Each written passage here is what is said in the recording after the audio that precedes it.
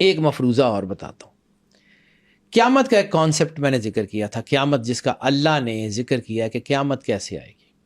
ٹھیک ہے، تو قیامت کا جو کانسیپٹ اللہ نے ذکر کیا ہے نا، وہ یہ ہے کہ جب سور پھونکا جائے گا تو ان کے دماغ پچک جائیں گے. اب دماغ پچک جانے کو ذرا تھوڑا سا ذہن میں رکھنا.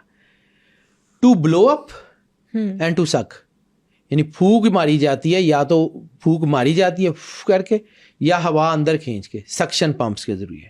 ٹھیک ہے، اللہ نے ہر چیز کی موت اس کے ساتھ لگا کے بھیجی ہے. سور پھونکنا کوئی ترمپٹ یا کوئی بینڈ یا کوئی باجا یا کوئی بانسری نہیں ہے. It's something which is happening in front of our eyes. پوری یونیورس ہالو ہے، ویکیوم ہے، اور ایئر سفیر نے ہمارے اس جو ہے وہ کرۂ ارض کو سنبھالا ہوا ہے.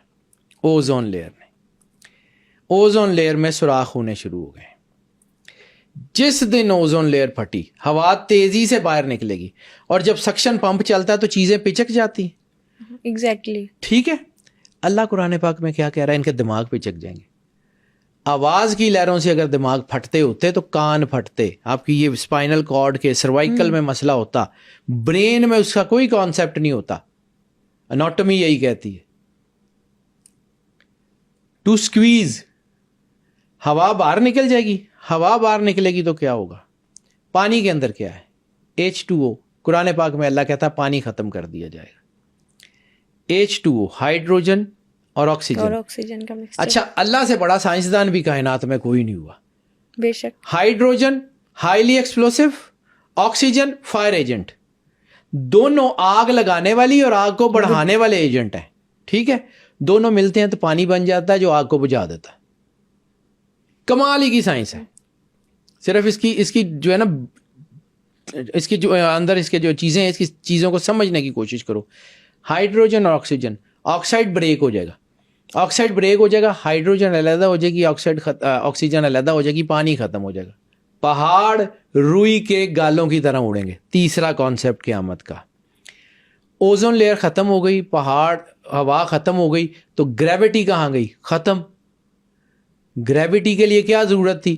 اوزون لیئر اور اس زمین کی جو چیزیں تھیں اس کے اندر رہتی تھیں جو اس کو رکھ رہی تھی. پہاڑ روئی کے گالوں کی طرح اڑیں گے. اور قیامت کس کو کہتے ہیں؟ باہر سے آنی. اس زمین کی، اس سولر سسٹم کی موت کا نظام اللہ نے رکھا ہوا ہے. اب سولر سسٹم آپس میں چینڈ نہیں ہے، یعنی چاند سے زمین کو رسی نہیں ڈالی گئی، سورج سے چاند کو رسی نہیں ڈالی گئی، آپس میں بندھے ہوئے نہیں ہیں. ایسے ہی ہے. ٹھیک ہے، ایک ہی گریوٹی نے دوسرے کو کھینچا، دوسرے کی گریوٹی نے تیسرے کو کھینچا. یہ بیلنس ہو گئے ہوئے، صرف بیلنسڈ ہے. ان میں سے کوئی ایک بھی اس پورے سولر سسٹم میں سے کوئی ایک پلانٹ بھی اپنی آربٹ سے 5 ڈگری لیفٹ یا رائٹ یا فرنٹ یا بیک آ سکتا ہے. 5 ڈگری تک تو کچھ نہیں ہوگا. اگر وہ 5 ڈگری سے زیادہ باہر جائے گا تو یہ سارے آپس میں ٹکرا جائیں گے. اور قیامت کس کو کہتے ہیں؟ اب اسی کو بنیاد پہ رکھو اور میں آپ کو پھر اس طرف لے کے جاتا ہوں کہ جس کے بارے میں ذکر کر رہا تھا، مفروضے کی بنیاد پہ. چاند کبھی دیکھا آپ نے؟ چاند کی انفارمیشن پڑھی ہے؟ یہاں کہیں سمندر تھے، یہاں کبھی اوزون لیئر تھی، یہاں کبھی انسان یا اس سے ریلیٹڈ کسی مخلوق کا وجود تھا. مفروضے ہیں. ایسے کہتے ہیں. اب اس کو امیجن کرو کہ یہ جس پوری قیامت کا ذکر قرآن پاک میں ہے، جس پوری قیامت کا ذکر میں نے، کہیں چاند پہ آ تو نہیں گئی، وہاں پہ اوزون لیئر تو نہیں ٹوٹی، یعنی وہاں پہ سمندر موجود ہے اور وہاں پر جو ہے وہ پانی نہیں ہے، وہاں پہ گریوٹی نہیں ہے. یہ تو آپ کے سب کے قریب ہے نا، روز نظر آتا ہے. کبھی اس کے اوپر سوچ کے تو دیکھو کہ کہیں وہاں قیامت آ تو نہیں گئی، کہیں وہاں کوئی مخلوق تو نہیں تھی. تو ہو سکتا ہے آپ کو آئیڈیا ہو کہ اس سولر سسٹم میں، اس دنیا میں کہیں اور 1,24,000 نبی ہو سکتے ہیں. صرف اس زمین کا اللہ تھوڑی ہے. ہم تو اس پوری کائنات کے انتہائی چھوٹے ترین حصے جس کو ملکی وے کہتے ہیں، اور اس ملکی وے کے بھی انتہائی چھوٹے سے حصے جس کو گلیکسی کہتے ہیں، اور اس گلیکسی کے بھی انتہائی چھوٹے سے حصے جس کو سولر سسٹم کہتے ہیں، اور اس سولر سسٹم کے بھی انتہائی چھوٹے سے حصے زمین کے اوپر رہتے ہیں. اس پوری کائنات میں اللہ کا کون سا راز ہے؟ ہم ہی یہاں بیٹھ کے کیسے ڈٹرمن کر سکتے ہیں؟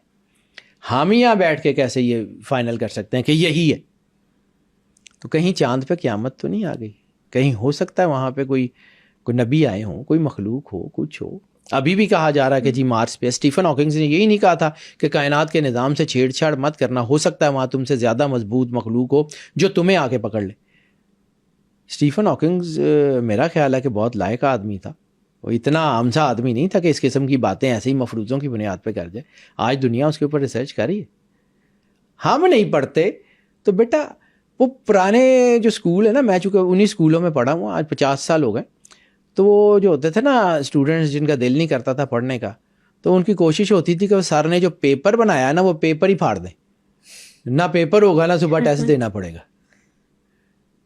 ٹھیک ہے، تو دس از دی ایکچوئل سچویشن. تو جن لوگوں کو سمجھ نہیں نہ آتی وہ پھر کہتے ہیں کہ یار نہیں انج نہیں ہے گا. سوچنے کے لیے اپنے آپ کو اوپن کریں، آپ کو راستے ملتے جائیں گے. اگر آپ سوچیں گے نہیں تو آپ کو زنگ لگتا جائے گا، آپ ختم ہو جائیں گے. دس از دا ریالٹی. بلیو کرنا یا نہ کرنا اللہ کی مرضی سے ہوگا. مفروضوں کو ڈینائی نہیں کیا جا سکتا. مجھے کوئی چیز پتہ نہیں ہے تو اس کا مطلب ہے کہ وہ ہے نہیں، یہ نہیں ہو سکتا. اور وہ پلیٹو نے اسی لیے کہا تھا کہ as much as I know that I know nothing, کہ میں جتنا جانتا چلا جاتا ہوں مجھے یہ سمجھ آتی ہے کہ مجھے کچھ نہیں پتا.